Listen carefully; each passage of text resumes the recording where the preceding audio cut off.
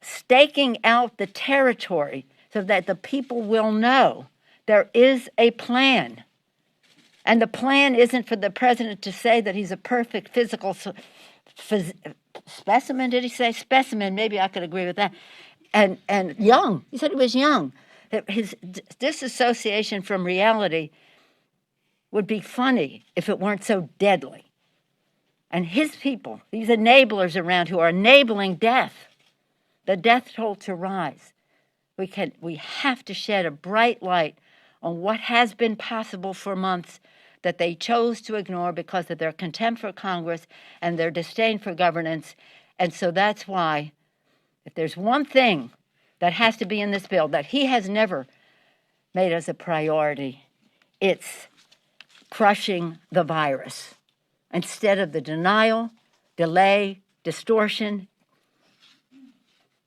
lack of reality that the president has all along brought to this. Let's not it be anecdotal, let it be scientific.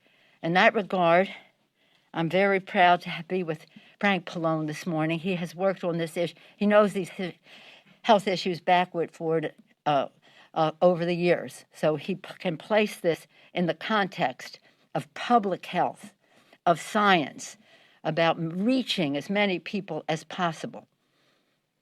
And let me just close by saying this. When the president did his tweet, he said, I want the Senate to spend fully focus on the nomination. So I'm not going to have them be doing anything on stopping the spread of the virus is essentially what that is. This issue, and now the president, we pray for his health, his recovery, his family, 34 people in the White House infected by this, and still not an acceptance of what needs to be done. I think that the public needs to know the health condition of the president. There's one question that they refuse to answer. Before he got the virus and admitted to it, when was his last negative test? When was his last negative test? Seems to be, I don't know what, about how you don't understand that we are where we are. And the president says, well, I'll do these three things. No, that's not going to happen.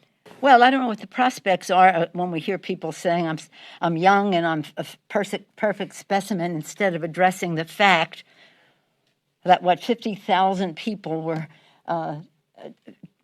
infected, reported to be infected yesterday. Nearly 1,000 people died. What are we talking about here? Tomorrow, by the way, come here tomorrow. We're going to be talking about the 25th Amendment, but not to take attention away from the subject we have now. They're really showing themselves to do really well. Come on, man.